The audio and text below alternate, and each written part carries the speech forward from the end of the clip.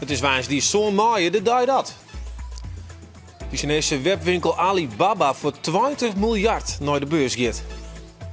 En we jaloers zijn op Erwin Seinstra uit Dronriep, want hij is grensrechter bij de Champions League finale. En we inbind praten over de zorg in 2020. Zit dat er zuid?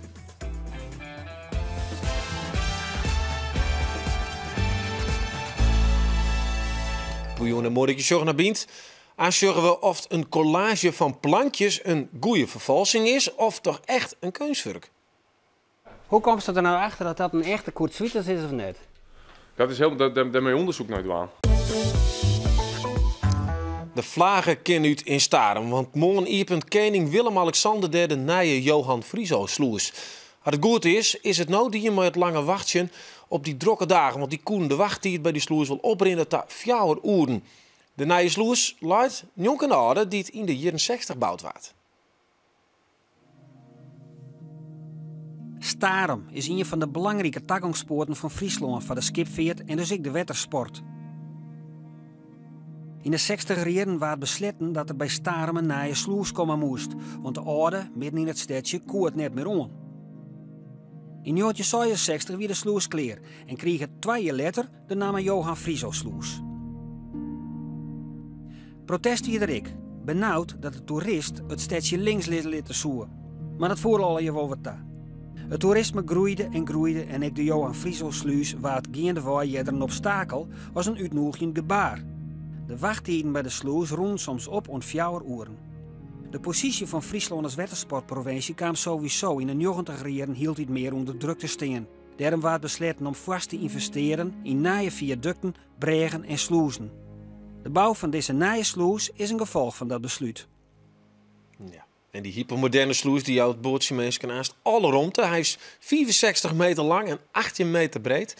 En hij kon de toerist op de wal is tocht, want in de sluis zelf van alles en misgaan maar die onervaren bootjemeesken. En van speciale terrassen ook in het publiek, daar van mij genietje.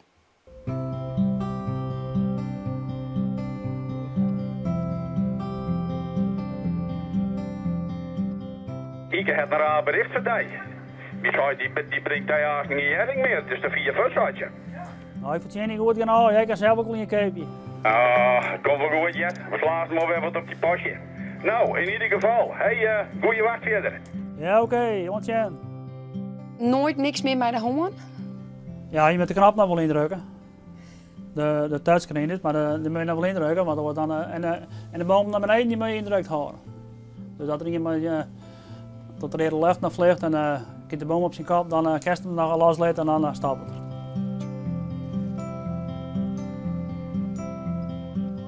Hoe is het hier nou hier? Trots, mega trots. Ja. Ja? Ja, vooral ook omdat wij hebben natuurlijk 4 jaar geleden hebben we een plaatje bedacht hoe wij dachten dat het eruit zou moeten komen te zien. Op basis daarvan heeft de provincie ook gezegd, jullie mogen het bouwen. En als je nu kijkt en je zou het plaatje ernaast leggen van 4 jaar geleden, dan is het bijna mooier geworden dan het plaatje. En dat maakt met name dat we er heel erg trots op zijn. En de wachttijden liepen hier op 2, 3, 4 uur. Vooral bijvoorbeeld op een maandag, tweede Pinksterdag, als alle bootjes weer terugkwamen van het IJsselmeer. Dan liepen die wachttijden heel erg op. En dat was met name de vraag, breng de wachttijden terug tot maximaal 1 uur. En hoe je dat deed, moest je zelf weten. Dus of je nou een verbrede sluis, een verlengde sluis. En wij hebben gekozen vanwege ook de prijsvraag naar ruimtekwaliteit en duurzaamheid, hebben wij ook gekozen voor een tweede sluis ernaast.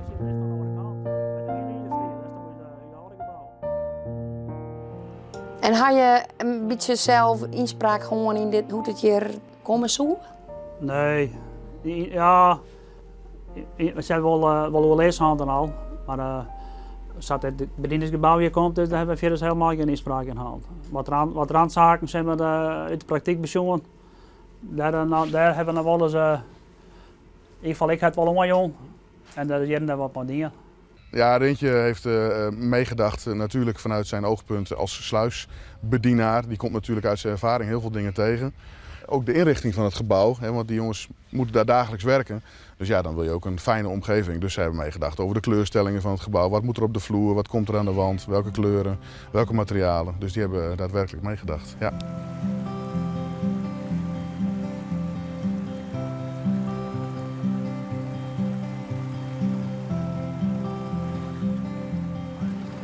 Ben er nou echt mensen die net meer in die oude sluis willen? Nou, niet willen is een groot woord, maar we horen veel. Ik heb heel vaak bij Rintje gestaan de afgelopen maand. En dan hoor je wel heel veel via de marifoon, via het verkeer. Mogen we alsjeblieft een keer via de nieuwe sluis naar binnen? Dus mensen zijn natuurlijk wel nieuwsgierig. Maar het is niet een kwestie van willen. Kijk, voor ons is het natuurlijk een andere beleving als voor daadwerkelijk de watersporter nu. Want die moet van A naar B. En dat hij via een mooie sluis komt is natuurlijk prachtig. Alleen voor ons is de beleving natuurlijk wel iets anders. Oeh, dit is een boom, zegt Ho. Dit is een van de onderdelen van ons ontwerp. Met name ook om het een beleving te laten zijn voor de watersporter, maar ook vanwege de niet-watersporter. Wat wij gedaan hebben is een aantal terrassen verzonnen. Nou, die zie je op de achtergrond ook, een soort van tribune. Waar de niet-watersporter kan kijken naar dit soort taferelen. Want een sluis is een beleving aan zich. Nou, daar hebben we met name ook ons ontwerp op geënt.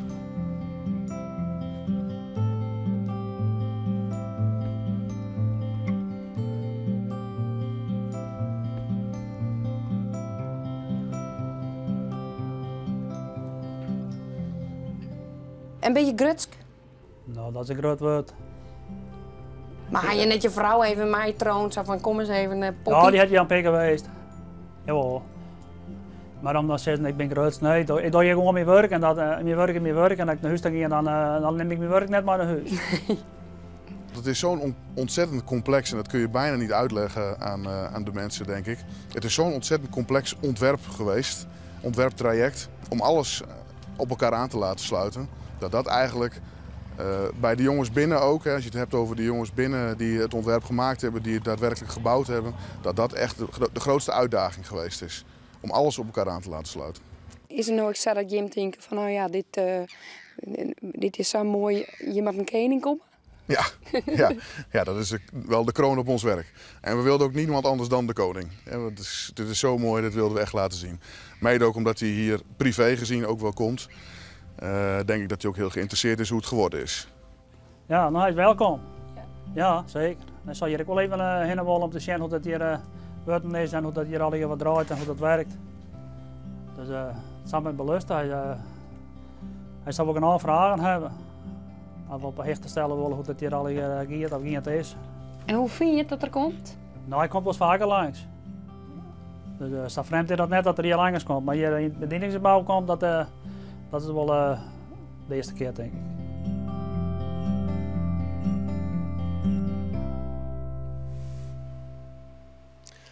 Ja, maar een theaterstuk op het wetter wordt morgen om 1 uur middags de nieuwe sluis openen. En met een skip vat uw kening dan terug de sluis hinnen. En daarna is op oren plakken in de stad van alles te redden. Ja, we zijn deze week bij Veilingshuis Oud-Friesland in Drielst. En die blauw-witte vaas van Beppe, zou die samen €10.000 wezen kunnen of net? Want ja, die Chinezen die kepen op het heen alle Chinese antiek op die ze krijgen kunnen en betalen daar echt grof geld voor. Of die collage van plankjes die het inbracht wordt, is dat een Dada-kunstwerk of zou het een vervalsing wezen kunnen? Want dat kan vanzelfs ook.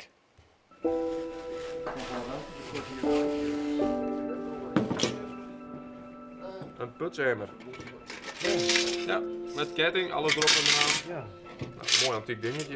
Veel gebruikt. Vroeger hier altijd een winkeltje. En ooit had ze dit soort spullen wel eens wat verkocht. Maar ja, dus ik van alles hoebelen. En dan, ja, op een gegeven moment komt dat in dozen om. Messersmies op de achtergrond. Ja.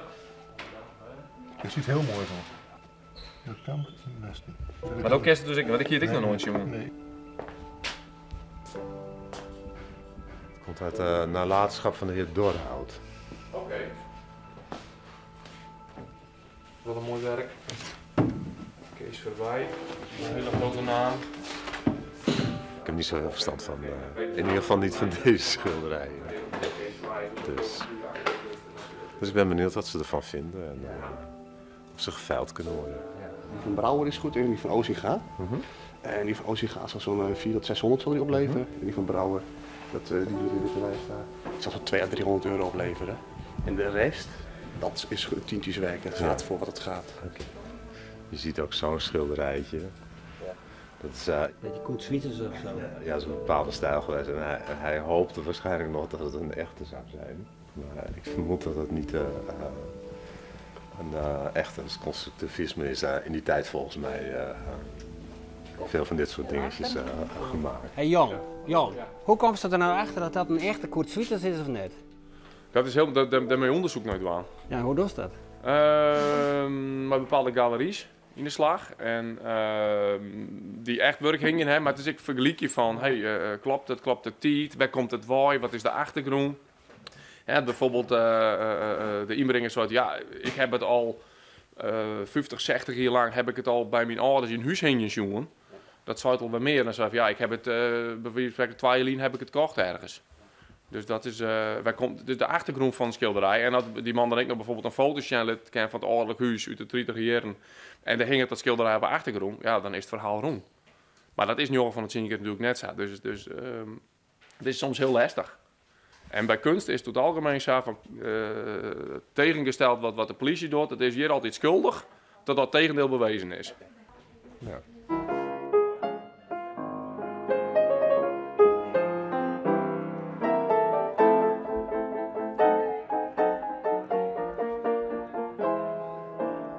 Deze kom is rond de 350 jaar oud. En die heeft nu een taxatiewaarde van 400 tot 600 euro. En we hebben hem niet zo hoog getaxeerd, omdat hij qua vorm, zeg maar, als je ziet, hij is niet helemaal recht. Wat ook wel een nieuwsgierig stukje is, dat zijn die 3 kastvazen. Het zijn Chinese kastvazen, die zijn vrij gedecoreerd met landschappen en met mensen. En er markeert wel het een en het ander aan. Hè. Dan missen kleine hoekjes af. Hier zit een geplakte scherf in. En een puntje mist eraf.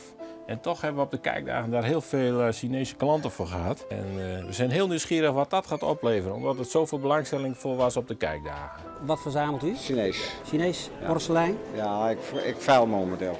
Topstuk. Ja. De Chinezen komen momenteel terugkopen, hè. Mayo heeft alles kapot geslagen. Dit biedt kansen voor u. Ja. 1400 euro voor die 3 vazen. Niemand meer dan 1400. Ten eerste, ten tweede, ten derde zijn ze verkocht. 1400. Dan krijgen we die bijzonder grote kom, dames en heren. Dat is een Japanse kraakporseleinen kom en dat is een 17e eeuwse. Een fraaie kom zit ik in op 300 euro bod. Eerst geboden 300. Wie biedt er meer dan 300 euro? 320, 340, 360, 380. 400. In het midden 420, 440 heb ik. 440, 460, 480 in het midden geboden. 480 euro. 1700. 1800. 1800 euro is in bod. Wie verhoogt dat bod? Niemand meer dan die 1800 euro voor die bijzondere grote kom. Eenmaal andermaal. Hij is verkocht 1800. Een collage. Gemaakt van houten blokken in nieuwe stijl, dames en heren. Dat is geen Kurt Schwitters, mocht u dat denken. Wel in dezelfde stijl gemaakt. Leuk decoratief dingetje. 60 euro is geboden. Wie biedt er meer dan 60 euro? 65, 70 hier. 70 euro, niemand meer dan 70. Eenmaal andermaal. Commissie verkocht voor 70 euro. Ja, dat wie dus net een echt niet. Laten we het er maar op horen. Ja, dan geven we nog verder met de zware kosten. We hebben het hier al eerder aan tafel zo. En als we zo teruggaan, wordt de zwaar in de toekomst onbetaalbaar. Want een terugsneden gezin is nu al over 1000 euro per jaar kwijt onder zwaar. Dat is 13% van die inkomen. En als dat net verhoord, rint dat in 2040 op, wel 40%. Dat is dus haast de helft van jouw salaris. Dus. Nou, dat moet oors, vindt het regeer. En daarom is Friesland onwiest als pilotgebied om met alle zwaarpartijen te bedenken hoe die zwaar nou goed kepen kan. Oud-hoogleraar Guus Schrijvers die praat daarom in Friesland met allerlei partijen en patiënten om te jaren hoe zij die zwaar verhoren willen. Nou, aanst praat ik er verder over met hem en ik met Margrethe Graaf, directeur van Zorgbelang, een van de initiatiefnemers. Maar eerst gaan we even naar Drachten, want van de midden schrijvers daar van astma- en COPD-patiënten hoe zij de zwaar in de toekomst nog hebben willen. Dames en heren, hartelijk welkom. Ik heb samen met anderen een nota geschreven hoe wij graag als patiënten de gezondheidszorg in Friesland zouden willen hebben vanaf het jaar 2020. En wat we nou vanmiddag willen doen is eerst even toelichten wat er in die discussienota staat en dan willen we bespreken wat is nou echt belangrijk. Nou zou het dus kunnen zijn dat er sommigen van jullie nu al vragen hebben. Nou, meneer Schrijvers, toen ik uw stuk doorlas, toen liep ik het tegen het volgende aan. Ik ben ernstig longpatiënt En op een gegeven moment kun je opgenomen worden in een zorgcentrum of in een ziekenhuis. En waar ligt precies de scheidingslijn? Huisartsen en specialisten die moeten samen daar afspraken over maken. Wanneer je in een zorgcentrum verblijft, wanneer je thuis verblijft, wanneer je in het ziekenhuis verblijft. En dat moeten ze niet doen voor jou alleen, maar voor de hele groep voor longpatiënten. En dat is niet overal in Friesland goed geregeld op dit moment. In het stuk hebben jullie het erover dat jullie erg willen houden aan zorgpaden. Hè? Dus vaste afspraken per ziektebeeld van hoe zorg verlopen moet. Nou zijn er ook mensen die meerdere aandoeningen hebben. Dus hoe kun je nou zorgen dat je dan aan die meerdere zorgpaden voldoen kunt? Bij chronisch zieken willen wij graag dat er in ieder geval 1 keer per jaar een individueel zorgplan wordt opgesteld. Kijken naar de medicatie. Is de mantelzorg niet uitgeput? Zijn mensen nog steeds opgewekt of zijn ze depressief? Hoe zit het met hun beweging, voeding, lichaamsgewicht? En dat hoort allemaal bij dat individuele zorgplan voor mensen met een chronische aandoening. Ja, hoe vindt u dat om nu uzelf daar terug te zien op tv? Oh, ik vind het fantastisch. Het is zo belangrijk dat we de stille kennis die er is bij de patiënten, bij de burgers in Friesland, dat die boven tafel komt. Anders blijft het allemaal bij mensen zoals ik hangen. En dat is niet goed, want wij zijn studeerkamergeleerden. Maar het uiteindelijke doel is dat u nu hoort van 90 patiëntenverenigingen in Friesland waar zij mee zitten, wat hun problemen zijn. Maar vooral, hoe kunnen wij ervoor komen dat die zorg zo duur wordt? Ja. Wat heeft u nu vandaag gehoord? Bijvoorbeeld van u zegt, ja, daar kan ik wat mee. Daar kunnen we echt de zorg mee. Wat wij hoorden, dat kwam ook net in dat filmpje naar voren. Er is niet duidelijk wie moet nou waar verblijven. Er komen nogal wat chronisch zieken in een ziekenhuis waar zij zeggen, die hadden beter thuis kunnen blijven. Of die hadden naar een zorgcentrum kunnen blijven. En dan hebben ze overdag ook activiteiten. En liggen ze niet alleen maar in bed te wachten tot ze beter zijn. Nou, dat is bovendien ook nog goedkoper. Dus daar zit een mogelijkheid in. Ja, en wat we ook wel zien, dat dan toch huisartsen het heel erg druk hebben. Ja, en wat gebeurt er dan? Ja, dan ga ik maar naar de longarts. Of dan bel ik wel de ambulance. Ja, dat is natuurlijk ook heel verkeerd bezig zijn. En daar ben ik zo blij dat Zorgbelang Friesland die 90 patiëntenverenigingen bij elkaar brengt.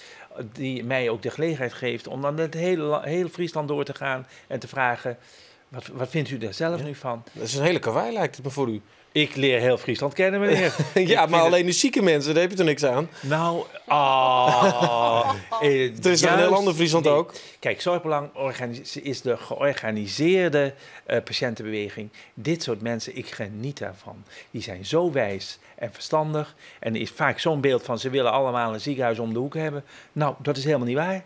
En ik ben als professor, denk ik weet alles. En dan denk ik, verdorie, ze zijn toch eigenlijk nog slimmer. Ze weten meer. Ja, want ik ga even naar Margreet toe, want Doof van Zorgbelang het spul dus bij elkaar gebracht. Maar uiteindelijk gaat het mijn belang, en ik van heel het joggens thuis is, ik wil net 40% betalen van mijn salaris. Bekijk het maar. Ja, precies. Daar werk ik de hut voor. Ja. Hoe kan deze man dan verzorgen dat net gebeurt? Nou ja, hij had goede ideeën en de mensen thuis hadden goede ideeën. En die ben in verenigingsvereningen en die ben we verenigen in Zorgbelang. Dus het is uw opdracht om al die kennis die ter libbet op te hellen, om alle goede ideeën bij elkaar te brengen in zo'n nota. En ik mensen thuis die nou zien dat ze mij denken kennen van hoe kunnen we nou zorgen dat het echt beter wordt van mensen. Want het grappige is, als het beter maakt, dan wordt het echt goedkoper. Maar neem eens een concreet voorbeeld. Nou, bij de huisdokter doen ze soms onderzoek. En dan komt er een diagnose uit. En dan ga je naar het ziekenhuis, naar de specialist, want we getroffen en doen ze hetzelfde onderzoek nog een keer.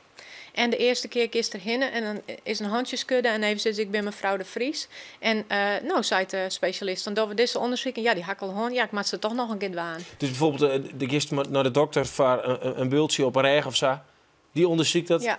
Dermatoloog doet het nog een keer en letten we waarom komt het voorthelje nog zo. Precies, en dat voorthelje dat kan bij de huisdokter ook wel. En zeker bij mijn nieuwe dingen, zorgcentrum, Soens, gezondheidscentrum in Drachten, daar hebben ze kamers, daar kunnen de huisdokter zelfs die bultjes voorthelje. En dat is volle goedkoper. Dat is volle goedkoper en daar besparen we wat maar. U volgt het nog tot zover? Ja, ik kan het volgen. Ja, ik vroeg net wat u vandaag gehoord heeft, maar wat is nu uw belangrijkste bevinding tot nu toe van al die gesprekken? Dat er veel samenhang is tussen wat de huisartsen doet en wat de medisch specialist doet. Je moet eigenlijk geen plannen hebben over ziekenhuizen alleen. Je moet daar ook huisartsen bij betrekken. En verpleeghuizen en verzorgingshuizen. Dus je moet eigenlijk plannen maken voor mensen met een chronische ziekte. Maar dat is niet zeggen van ik wil een plan maken voor de huisarts. Of ik wil een plan maken voor het ziekenhuis. Nee, het hangt zo met elkaar. Je bent zelden tegenwoordig als kankerpatiënt, maar patiënt bij één ziekenhuis. Je wordt vaak doorgestuurd naar... Maar als dat beter is? Ja, dat is natuurlijk beter. Maar dan kun je niet meer zeggen, dit ziekenhuis is goed of slecht. Want een ander stukje van de zorg werd ook geboden in een ander ziekenhuis. En als een huisarts een kankerpatiënt laat doorsturen naar het ziekenhuis, heeft het ziekenhuis een hoog sterftecijfer. Ja, wie is nou fout? Ja, maar hoe wordt het nu goedkoper voor mij dan? Het wordt goedkoper omdat je dan de zorg steeds geeft op de juiste plek. Niet te vroeg en niet te laat. En als je er eerder bij bent, dan kan ook zo iemand langer leven. Want dan heb je eerder de diagnose gesteld. Dat is natuurlijk bij een tumorgroei wel erg belangrijk. En daar heb ik veel van geleerd. Ja, maar ik vind het nog steeds vaag. Ik vind het nog steeds heel vaag. Ja, daar kan ik ook niks aan doen. Maar ik kan wel zeggen, een ander voorbeeld zal ik dan noemen. Dus wij willen dat het luisteren naar een patiënt even goed wordt betaald aan de dokter als het doen van een verrichting. Dus luisteren en goed praten. Want het zou wel eens kunnen zijn dat een aantal patiënten niet meer die duurste behandeling willen. Dat ze dus bij zichzelf denken, ja, laat nou maar. Op hogere leeftijd, laat mij maar gaan. Dan bevorder je de zelfstandigheid van de patiënt. En het is nog goedkoper ook. En daar zijn... Dus beter het klinkt zo simpel. Ja, maar economie is ook moeilijk gemaakt, gezond verstand. Ik ben econoom en ik heb het is heel simpel. Dus soms is het wel ingewikkeld. Maar waar wij naartoe willen, dat is dat die ziekenhuizen en die dokters, dat die niet extra geld krijgen omdat ze meer verrichten. Dus zeg nee, luister nou goed naar de patiënt. Wat wil die? Wil die nog bestraald worden, ja of nee? Wil die nog een grote ingreep hebben, ja of nee? Wat wil die nou precies? Ja. En dat schiet wel eens tekort. U mag nog even spitten bij de Friese patiënten. Die mogen dat allemaal aan u vertellen. Veel succes daarmee op uw roadtour, hè, zo noemt u dat. Een laatste vraag aan jij, want ja, dit is een mooi onderzoek. Je krijgt een hele bulte informatie. Mm-hmm. Hoe kun je nou voorkomen dat dit ergens bij een minister onderaan in het laat verdwijnt? Nou ja, het gebeurt net dat het naar de minister gaat. In elk geval net in eerste instantie. Het gaat als eerste naar de zorgverzekerder. En de zorgverzekerder had zijn, wij willen deze nota beloeken bij ons inkeerbeleid. Dus dat betekent dat er meerjarenafspraken komen met huisdokters en met ziekenhuizen, waar dit een onderdeel van is. Nou ja, dichterbij is het haast net komen. Nee, oké. Dank voor uw onderzoek alvast. En voordat u het voor mij mogelijk maakt dat ik het meer kan uitgeven later. Okay. Want dat is toch fijn, dat je wat meer van je salaris kan houden. Ja hoor, goed. Bedankt. Ja, dit u bient. Dan gaan we even wat nijs. Want wil je deze bient-aflevering nou waarom zien, dan kan dat van nou aan makkelijker en ik beter via uw vernijde mobiele website. Uw sturings en het laatste nijs, alles uitzichtelijk en vlot. Van jou op je mobiel en tablet uitzichtelijk te zien. Ik zou zeggen, beziek je het maar even, en daarbij een hele noffeljoen verder.